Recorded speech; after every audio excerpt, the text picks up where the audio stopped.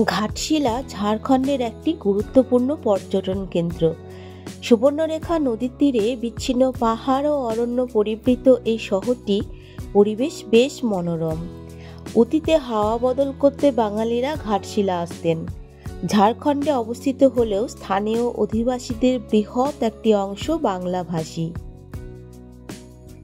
ঝাড়খণ্ডের ছোট একটি শহর ঘাটশিলা। সেখানে অরণ্য, পাহাড়, নদী, ঝর্ণা, হ্রদ ইত্যাদি বেড়াবার সব উপকরণই আছে। ঘাটশিলা দর্শনীয় স্থানগুলি দেখতে মাত্র 2 দিন লাগে। সকাল সকাল পৌঁছে গেছি হাওড়া স্টেশনে। যাব ঘাটশিলা। কোন ট্রেনে যাচ্ছি? যাচ্ছি টিটলিগড় ইস্পাত এক্সপ্রেসে করে, যার নম্বর হলো 12871। আমি যখন স্টেশনে প্রবেশ করি দেখি যে আমাদের ট্রেনটা দাঁড়িয়েই রয়েছে, তো খুব ভালো হলো। এবার আমার নির্দিষ্ট সিটে গিয়েও বসবো, যেটা আমি রিজার্ভ করেছি। চলুন। ট্রেনের ভাড়াটা বলে দিই। সেকেন্ড সিটিং হলো 115 টাকা, এসি চেয়ার কার 405 টাকা, এসি 3 টিয়ার 555 টাকা। আর এই ভাড়াটা ঘাটশিলা পর্যন্ত। এই ট্রেনে প্যান্ট্রি কারও রয়েছে। আমার রিজার্ভ করা কামরাটি এসে গেছে। চলুন আমি উঠে পড়ি ট্রেনে। এবারে আপনাদের দেখিয়ে দিই ট্রেনের ভেতরটা কীরকম। ট্রেনের সিটগুলো কিন্তু খুব একটা ভালো না, সিটগুলো ছেঁড়া ছেঁড়া টাইপের, আর পাশের হাতলগুলো কিন্তু ভাঙা ভাঙা ছিল। তো আমার এই উইন্ডোর কাছে সিটটি পড়েছে, যেখানে দুটো উইন্ডোর মাঝখানে কিন্তু গ্যাপ রয়েছে।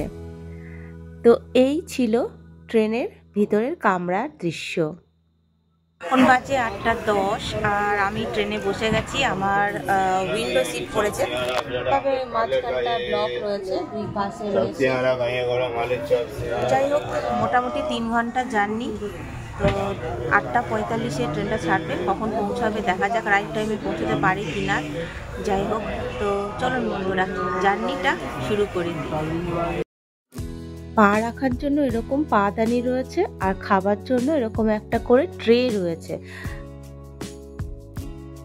এতক্ষণ বসে আছি, বসে বসে বোর হয়ে আছি, সময় কাটছে না, তাই নিয়ে নিয়েছি 1 কাপ চা। চাটা খাই, একটু টাইম পাস হবে। অবশ্য আর মিনিট 10-এর মধ্যেই ট্রেনটা ছেড়ে দেবে। এবারে আপনাদের ট্রেনের টাইমটা বলে দিই। ট্রেন ছাড়ার টাইম হচ্ছে সকাল 6:30, কিন্তু আমাদের ট্রেনটা লেট করে 8:45-এ ছেড়েছিল। এই দেখুন, এবারে ট্রেনটি ছেড়ে দিল। হাওড়া থেকে চলেছি ঘাটশিলার উদ্দেশ্যে। এক অনাবিল আনন্দ মনে বিরাজ করছে। আপনারা অনেক রকম খাবার পেয়ে যাবেন, চিপস, বিস্কুট, এখানে চলে গেল ডিম সিদ্ধ, তারপর ছিল সিঙ্গারা, চা, অনেক কিছু। আমি তো নিয়েছিলাম ব্রেড অমলেট। আমি একটা ব্রেড অমলেট নিয়ে নিলাম। সকালে তো খেয়ে বেরোনো হয়নি, অনেকটা সকালে বেরিয়েছিলাম। তো দুটো টমেটো কেচাপ দিয়েছে, আর এটা নিল 50 টাকা। এই যে দুটো ব্রেড দিয়েছে, দুটো ব্রেডের সাথে ডবল ডিমের অমলেট।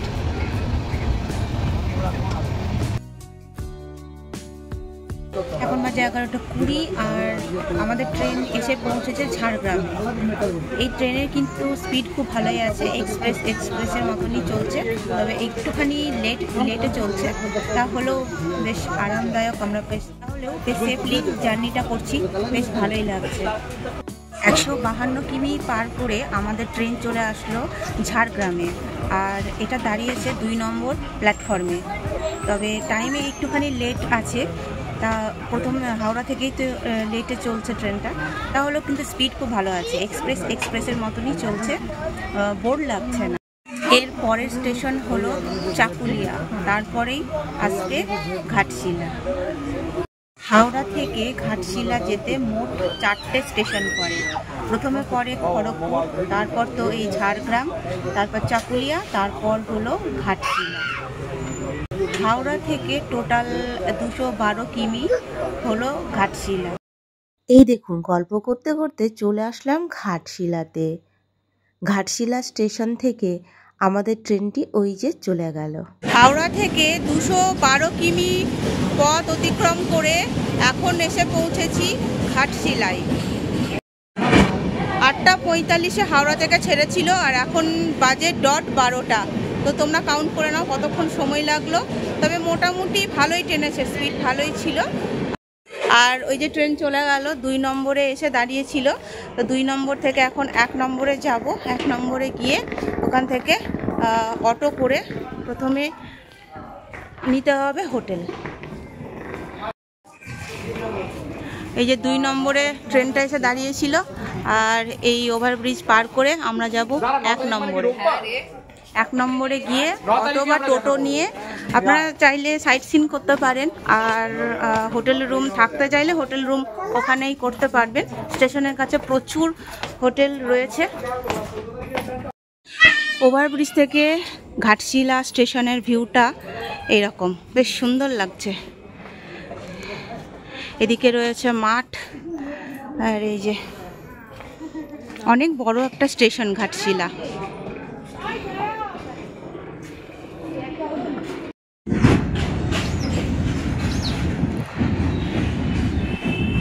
এই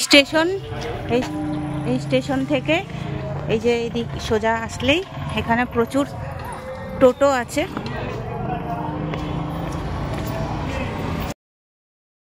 দেখুন স্টেশনের বাইরে এরকম বোর্ড রয়েছে, এখানে টেম্পু আর অটোর ভাড়া দেওয়া রয়েছে। আপনারা ঘাটশিলা থেকে যেখানে যেতে চাইবেন তার কিন্তু এই রেটটা এখানে দেখে নিতে পারবেন। এটা হলো অটোর রেট আর এটা হলো টেম্পুর রেট।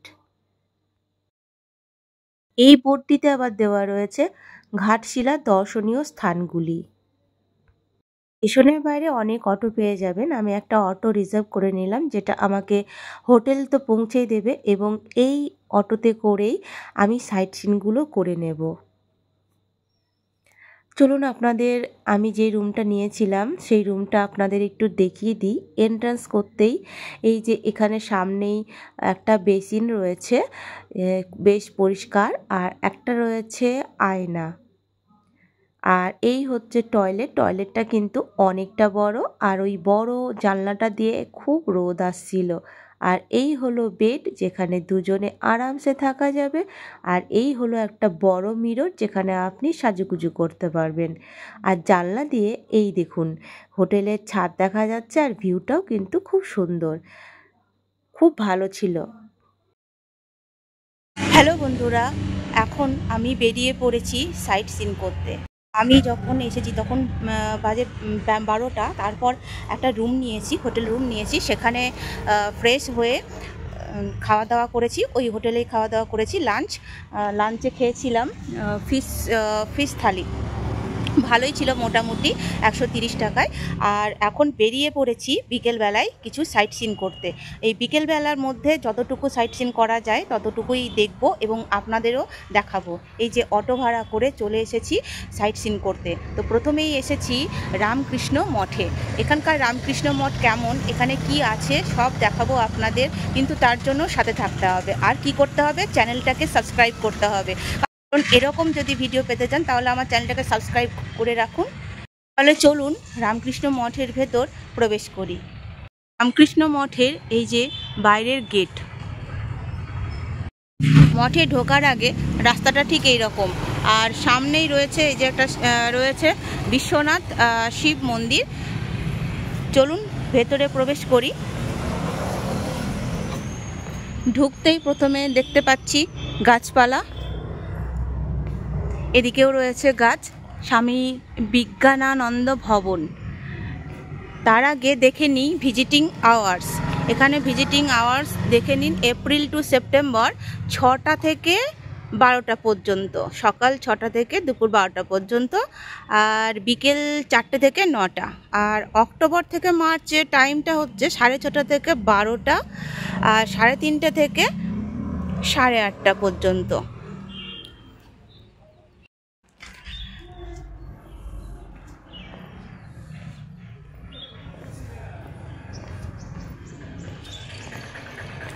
রামকৃষ্ণ মঠ যেমন হয় শান্ত নিরিবিলি একটা জায়গা,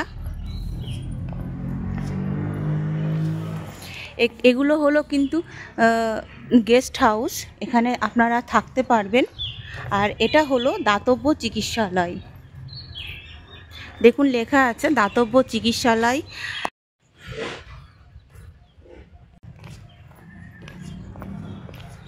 দেখুন এখানে লেখা আছে অধ্যক্ষ অফিস, এই দিকটাই রয়েছে কম্পিউটার সেন্টার, এদিকে মঠ অফিস, ফিজিওথেরাপি সেন্টারও আছে এই দিকে। আর কত সুন্দর গোলাপ ফুটে আছে দেখুন একবার, অনেক বড় বড় গোলাপ, গোলাপি রঙের, মেরুন কালারের। এই যে এখানেও আছে। শীতকালে কিন্তু এলে আপনি যেখানেই যাবেন এরকম ফুল দেখতে পারবেন।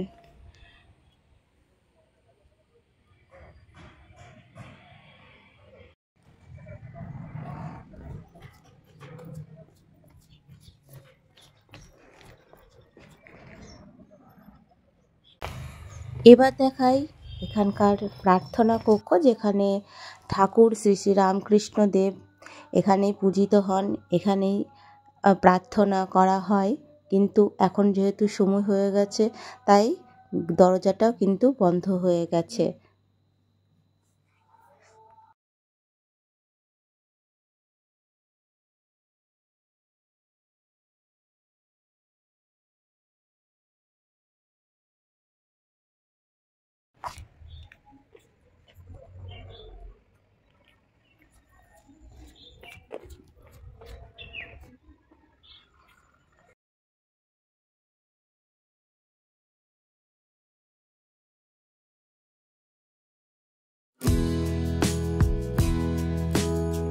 এখন আমি এসেছি দ্বিতীয় পয়েন্টে, সেটা হলো বিভূতিভূষণ বন্দ্যোপাধ্যায়ের বসত ভিটা।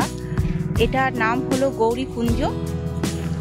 গৌরী হলো বিভূতিভূষণ বন্দ্যোপাধ্যায়ের স্ত্রী, তো তার স্মরণেই তিনি এই বাড়িটি করেছিলেন।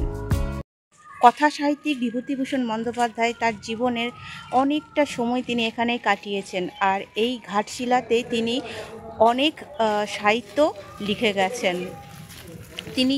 তিনি নেচারকে খুব ভালোবাসতেন, যেহেতু প্রকৃতিকে ভালোবাসতেন তাই তিনি এরকম নিরিবিলি নির্জন জায়গা খুঁজে বেড়াতেন তার লেখার জন্য।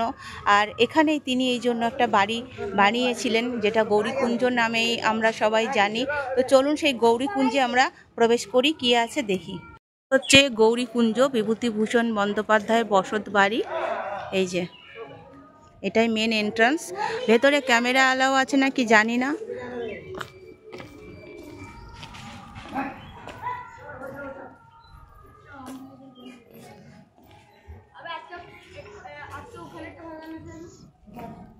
এখানে একটা তুলসী মঞ্চ রয়েছে। ঢুকতেই এদিকে দেওয়ালে দেখুন বিভূতিভূষণ বন্দ্যোপাধ্যায়ের জন্ম তারিখ এবং বিভিন্ন ছবি দিয়ে সাজিয়ে রাখা হয়েছে। এখানে এই যে প্যান্ডেল দেখছেন, এটা মনে হয় কিছু সাংস্কৃতিক অনুষ্ঠান হয়েছিল।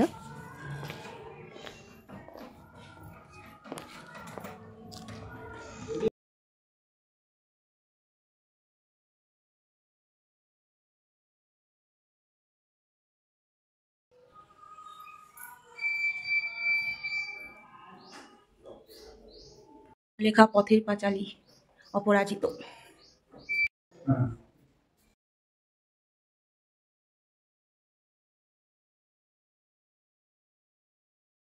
এখানে এসে একটা খুব ভালো জিনিস জানতে পারলাম, সেটা হলো এখানে অপুর পাঠশালা বলে একটা পাঠশালা আছে, যেখানে বাংলা ভাষা শেখানো হয়। আর এখানে বয়সের কোনো লিমিটেশন নেই, 5 থেকে 25-30 বছর যে যেরকম পারে এখানে এসে বাংলা শিখতে পারে, এবং কোনো জাতিভেদও নেই।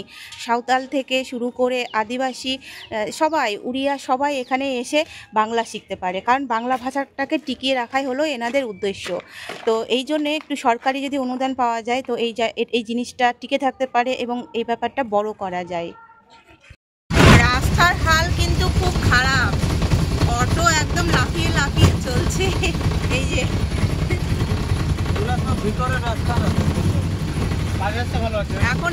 এখন আমি যাচ্ছি সূর্য মন্দিরে।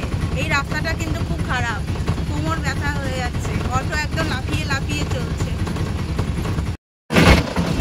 এখন আমি রয়েছি সূর্য মন্দিরে। এই সূর্য মন্দিরটা কিন্তু বেশি দিনের নয়, এই 4-5 বছর মতো হবে। আমাদের অটোর ড্রাইভার দাদা বললেন মন্দিরটা কিন্তু দেখতে খুবই সুন্দর লাগছে, ভেতরে গিয়ে দেখব মন্দিরটা। আর এই সূর্য মন্দিরের পাশেই রয়েছে সুবর্ণ নদী, আর মন্দিরের পাশেই রয়েছে সুবর্ণরেখা নদী। নদীটা আমি ভালো করে দেখব, নিচেও নামবো, আপনাদেরও দেখাবো। তার আগে মন্দিরটা ভালো করে দেখে নিই। সামনেই দেখুন সূর্যদেবের যে 7টা ঘোড়া থাকে রথের সামনে, সেই 7টা ঘোড়া রয়েছে। আর এই যে চূড়া ব্যাকলাইট হয়ে যাচ্ছে, এই যে দেখুন খুবই সুন্দর মন্দিরটা।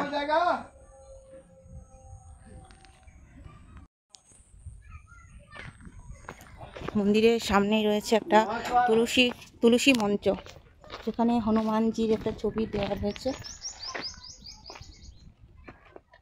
আর এই যে সূর্যদেবের রথের চাকা, রথের 2 দিকে 2টো এই যে চাকা রয়েছে। চলুন মন্দিরে উঠি। আর রয়েছে 2টো পতাকা, 2 দিকে 2টো পতাকা।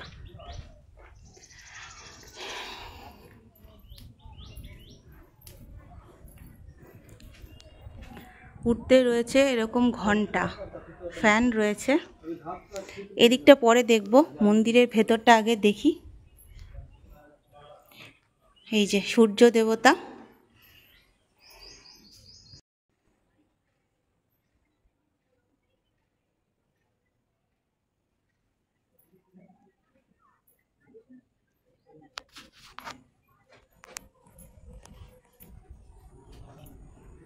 মন্দিরটার চারপাশটা দেখুন খুবই সুন্দর লাগছে। সূর্য পশ্চিমের দিকে চলে গেছে, আর একটু পরে অস্ত যাবে। সুবর্ণরেখা নদীটাকে একবার দেখুন, অসম্ভব সুন্দর লাগছে দেখতে। ওই দূরে একজন নৌকা করে মাছ ধরতে নেমেছে, ডিঙি করে।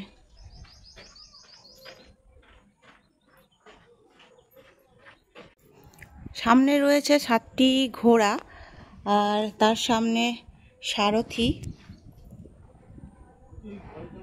আর পিছনে সূর্য দেবতা।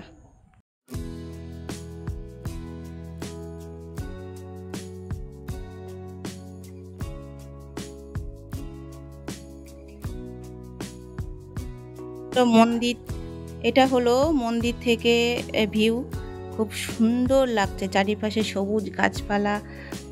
আর এইদিকে তো নদী দেখালাম, সুবর্ণরেখা নদী, তার মধ্যে এই মন্দিরটা। চলুন দেখি, একটুখানি নিচে নামি। নদী দেখলে, জল দেখলে তো খুব সুন্দরই লাগে, খুব লোভ লাগে। এই যে মন্দির, আর এই হচ্ছে সুবর্ণরেখা নদী। তার আগে অনেক সিঁড়ি রয়েছে।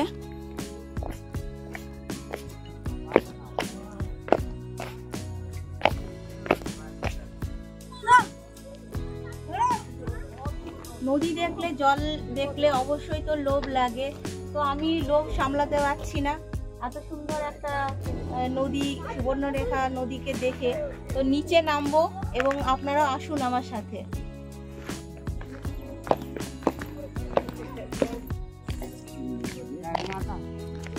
জলের উপর সূর্যর যে রিফ্লেকশনটা দেখো, রে বাপরে কি সুন্দর ভিউ লাগছে দেখতে, অসম্ভব সুন্দর লাগছে। জলের উপর সূর্যর যে ছায়াটা পড়েছে, দারুণ লাগছে। আমার তো দারুণ লাগছে এই ভিউটা। যদি কেউ জেনে থাকেন এই ব্রিজটার নাম কি, সেটা আপনারা জানাতে পারেন, আমিও তাহলে জানতে পারি। আর এই যে নদী দেখছেন, নদীর এই পারে এরকম টিলা মতো ভালো লাগছে দেখতে, এই এত সুন্দর গাছ। ঝাড়খণ্ডের দেওঘর আমি গেছি, 2বার গেছি, অসম্ভব সুন্দর লেগেছে। ওখানকার রাস্তাঘাট, তারপর গাছপালা, পাহাড়, এসব দেখে আমার ভীষণ ভালো লেগেছে। তাই ঝাড়খণ্ড আমার বরাবরই প্রিয়। তো ঝাড়খণ্ডের এই ঘাটশিলা আমার 2য় নম্বর স্থান, যেখানে আমি এসেছি আজকে। তো এখানেও এসে কিন্তু আমি হতাশ হইনি, এত সুন্দর পরিবেশ, খুব ভালো লাগছে আমার। আমার আর একটা গোপন ইচ্ছের কথা বলি বন্ধুরা, আমার ইচ্ছে আছে ঝাড়খণ্ডটা পুরোটা তো আমি একবারে কভার করতে পারবো না, তাই ঝাড়খণ্ডের কিছু কিছু অংশ আমি একবার আমি এক্সপ্লোর করব আমার চোখে। আর আপনারা যদি আমার সাথে থাকেন, উৎসাহ দেন, তাহলে আপনাদেরও আমি সাথে নিতে পারি। আমার চোখ দিয়ে আপনাদের ভিডিও দেখাবো, এই প্রকৃতি দেখাবো। অপূর্ব লাগছে। এই মাটি দেখতে পাচ্ছেন, লাল লাল মাটি, প্রচন্ড ধুলো উঠছে।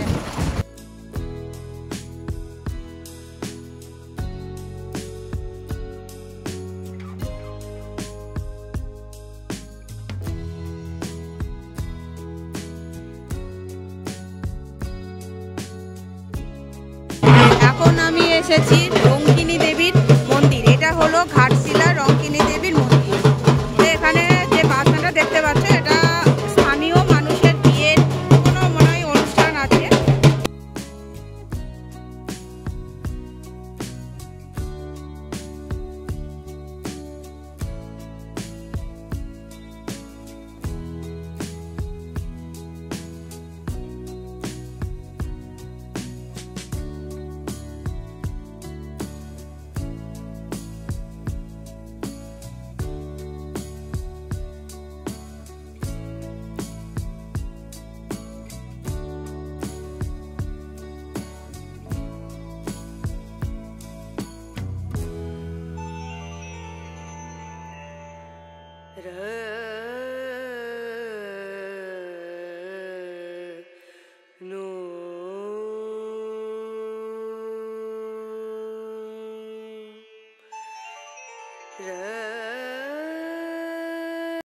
মন্দির, ইনি এখানে আদি দেবী।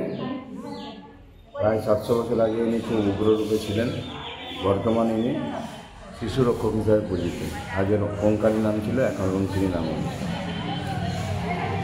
আর এখানে নাকি নরবলি হতো, বহু পূর্বে নরবলি হতো, এখন রূপান্তর হয়ে মহিষ বলি দিয়ে পূজা হয়। আচ্ছা, আমি ওই সামনে ওখানে হাড়িকাঠে ইয়ে দেখলাম, টাটকা রক্ত দেখলাম। কি আজকে বলি হয়েছে?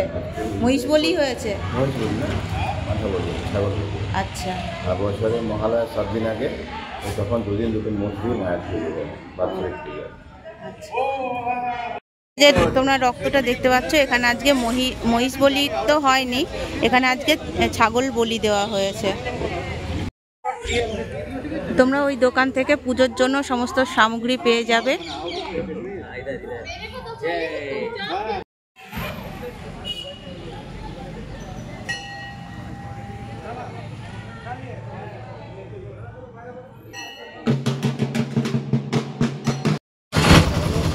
এটা ঝাড়খণ্ডের রাজবাড়ির গেট। কত আম গাছ ইয়ে রয়েছে, কিন্তু বর্তমানে নাকি বিক্রি হয়ে গেছে। এটা দেখতে পাচ্ছেন, এই গেটটা হলো এখানকার ঝাড়খণ্ডের রাজবাড়ির গেট। তো ওই ভেতর দিকে দেখা যাচ্ছে, কিন্তু এটা এখন আর রাজবাড়ির অংশ নেই, এটা কিনে নিয়েছে, বিক্রি হয়ে গেছে জায়গাটা।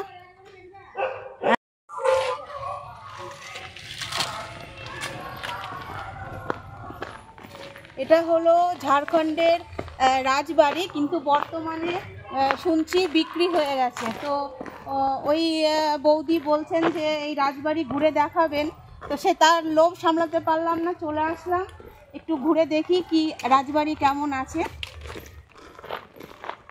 এই পাশে রয়েছে সেগুন গাছ, সারি দিয়ে প্রচুর।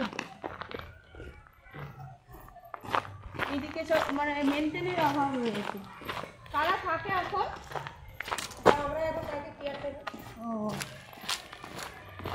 আপনারাই দেখাশোনা করেন? হ্যাঁ, ফাঁসির মঞ্চ। ও, ফাঁসির মঞ্চ। ওই যে দূরেই দেখুন, ওই যে দূরে দেখতে পাচ্ছেন, ওখানে ফাঁসির মঞ্চ রয়েছে। রাজার আমলে ওই যে ইটের যে থামগুলো দেখতে পাচ্ছেন, ওটা হলো ফাঁসির মঞ্চ। একটু বলুন দিদি, না হলে তো বুঝতে পারবো ভিডিও। এইগুলো রাজা রানীরা থাকতো। ও, এই ঘরটা রাজা রানীরা থাকতো। ওরা দিদি বলছেন, এই দিদি বলছেন।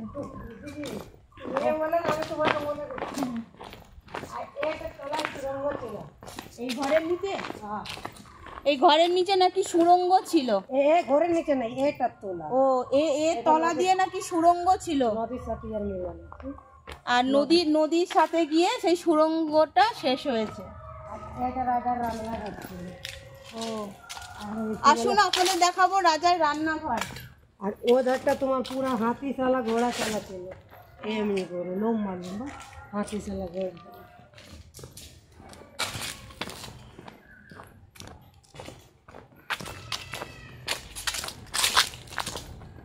এটা ছিল রাজাদের রান্নাঘর, এখন একেবারে ভেঙে পড়েছে, বেহাল অবস্থা।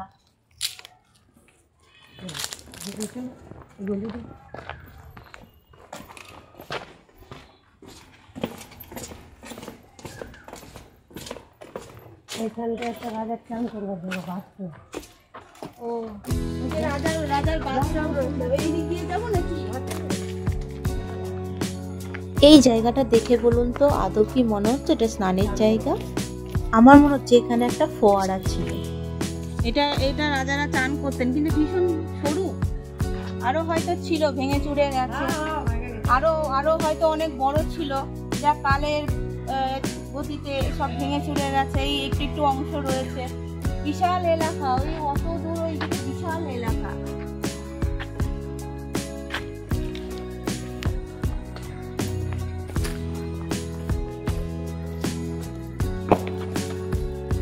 আর এখানে একটা কুয়ো দেখতে পাচ্ছেন, কুয়ো রয়েছে, এখান থেকে জল তুলে ভীষণ ডিপ, কুয়োটা ভীষণ ডিপ। আমার ওই তো ঘুরে মেন গেটের সামনেই চলে এসেছি। এটা রাজা রানীদের তো বাড়ি দেখালাম আপনাদের, এখানেই থাকতেন। ছিল রাজা রানীদের বিচার সভা, এখন এই দিদিরা থাকেন এখানে কেয়ারটেকার হিসেবে, এনারাই দেখাশোনা করেন। তো ঝাড়খণ্ডের রাজার বাড়ি, অনেক বড় এলাকা। রাজার নাম ছিল জগদীশ চন্দ্র।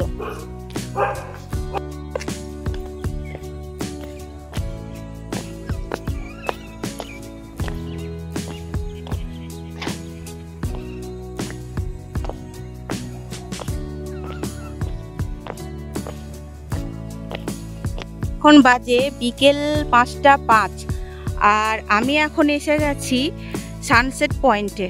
এখন সূর্য অস্ত যাবে, একদম সুবর্ণরেখা নদীর মধ্যে দিয়ে মনে হবে যেন সূর্য অস্ত যাচ্ছে। যেমন আপনারা পাহাড়ে সূর্য অস্ত দেখেছেন, সমুদ্রে সূর্য অস্ত দেখেছেন, আমার সাথে দেখুন সুবর্ণ নদীতে সূর্যের অস্ত যাওয়া রেখা।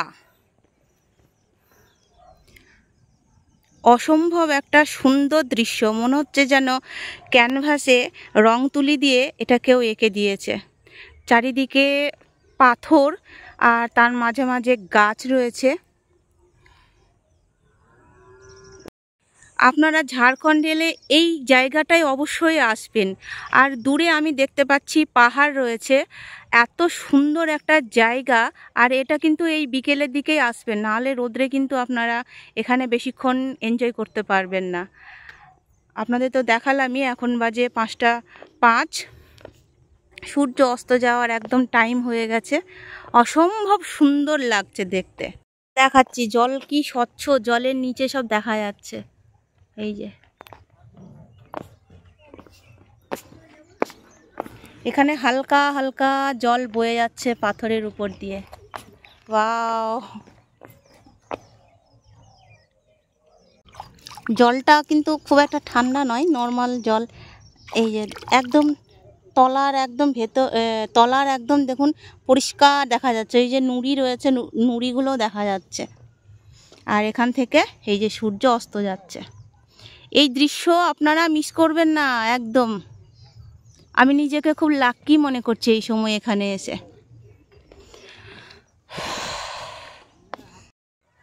যারা প্রকৃতিকে ভালোবাসেন তারা এই দৃশ্য কখনো ভুলবেন না। আমার স্মৃতির পাতায় এই একটা দৃশ্য নতুন করে যুক্ত হলো। খুব ভালো লাগছে, খুব ভালো লাগছে এখানে এসে, দারুণ এনজয় করছি। ওই যে সূর্য ডুবে গেছে, সামান্য একটু অংশ দেখা যাচ্ছে। আমাদের আরেকটা পয়েন্ট দেখা বাকি আছে, তাই এখান থেকে যেতে হবে।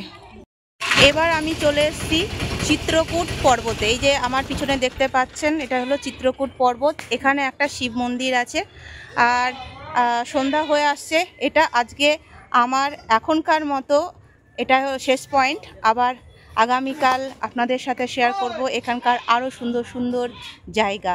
তো আপাতত চলুন দেখে আসি, সন্ধ্যা হয়ে আসছে, চলুন যাই। পাথুরে রাস্তা, একটু সাবধানে আসতে হবে। এই যে পাথুরে সিঁড়ি রয়েছে, এখান থেকে ভিউটা দারুণ লাগছে, সবুজ গাছপালা। সেই শিব মন্দির, আর দেখুন এটা ক্যাকটাস গাছ, আমরা চলতি কথায় যাকে বলি মনসা গাছ। চলুন মন্দিরে যাই, সুন্দর ধূপকাঠির গন্ধ আসছে মন্দির থেকে। তো নন্দী মহারাজ রয়েছে, দেখো রয়েছে নন্দী মহারাজ, প্রত্যেক শিব মন্দিরে যেমন থাকে।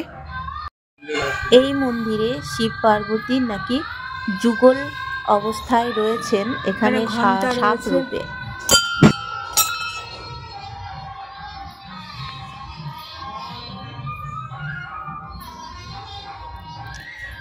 দেখতে পাচ্ছ শিবলিঙ্গ রয়েছে, বাবা ভোলেনাথ, বাসুকি নাগ তো রয়েছে, অনেক বড় বাসুকি নাগ।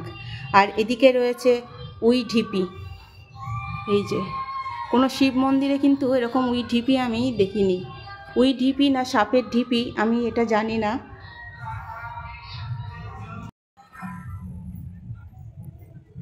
আপনি এই মন্দিরের পূজারি নাকি? এই মন্দির সম্বন্ধে একটু কিছু বলবেন বাবা? এর মন্দির এখানে শিব পরিবার, যে জিপি দেখা যাচ্ছে এটা হচ্ছে শিব পরিবার, এর নাম হচ্ছে চিত্রকূটি। এখানে যারা মানত করে তার 1 বছর না হতে হচ্ছে তার আশা পূরণ হয়ে যায়। ইনি সাক্ষাৎ দেয়, এরা বছরে 2বার 2টো নাগ আসে। ওই ঢিপির থেকে যে কোনো ভক্ত যদি মনস্কামনা করে তার কপালে যদি থাকে সে বাবা মা নিজেই দেখা দেয়। ওই ঢিপির ওখানে কি সাপ থাকে, নাগ নাগিন থাকে নাকি? ও দেখতে পেয়েছেন? কম, হ্যাঁ ওটা তো আমি দেখি, কিন্তু ভক্তরা যারা খুব সরল ভক্ত তাদেরকে নজর ও দেখা যায়। আচ্ছা, এটা কত বছর আগে পুরনো? হয়ে গেল 200 বছর মতো। 200 বছর। কে প্রতিষ্ঠা করেছিলেন এটা? এটা করেছিলেন এক নাগা বাবা, আমার নিত্যানন্দ গুরুদেব। তিনি নাগা থাকেন। আপনি কত বছর ধরে পুজো করছেন? আমার জ্ঞান অবধি আমি এখানেই থাকেন, এখানেই পুজো করেন? বাবাজির সঙ্গে। আপনার নাম? আমার নাম তরুণ। ধন্যবাদ বাবা, মঙ্গল হোক, ভালো থাকবেন। ঘাটশিলার প্রথম দিনের পর্বটি আমি এখানে শেষ করছি। ভিডিওটা অনেক বড় হয়ে গেছে এমনিতেই, আর টানছি না। আমি নেক্সট দিন কোথায় কোথায় ঘুরেছিলাম, আরও সুন্দর সুন্দর জায়গা যেখানে আছে বুরুডি ড্যাম, অনেক সুন্দর সুন্দর জায়গা আছে, সেই জায়গাগুলো আপনাদের দেখাবো। তো আজকের মতো ভিডিওটা শেষ করছি, সবাই ভালো থাকবেন। দেখো পাথরের গায়ে এই যে রামজি, শ্রীরাম, এখানে সেই স্বর্ণ হরিণ, সব মহাদেবের ছবি, এইগুলো সব রয়েছে। এখান থেকে নাকি খুব সুন্দর একটা ভিউ দেখা যাবে, ভিউ পয়েন্ট আছে, চলুন দেখি। সত্যি এখান থেকে সেই ভিউটা দেখতে কিন্তু খুব ভালো লাগছে। দূরে মালগাড়ি দাঁড়িয়ে রয়েছে, আর গাছপালা সবুজ। শহরে আমরা এইসব সবুজ একদমই মিস করি, তো সেখান থেকে আমরা যখন সবুজ দেখি না, ভীষণ লালায়িত হয়ে পড়ি। তো এই ভিউ ভীষণই ভালো লাগে। ওখানে অনেক খেজুর গাছ রয়েছে, দারুণ লাগছে এই পড়ন্ত বিকেলের দৃশ্য।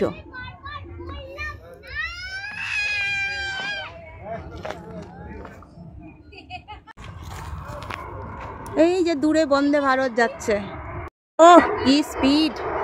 যাচ্ছি বন্দে ভারত, হাওড়া যাচ্ছি বন্দে ভারত, এটা হচ্ছে আমি যাচ্ছি, খুব সুন্দর লাগছে।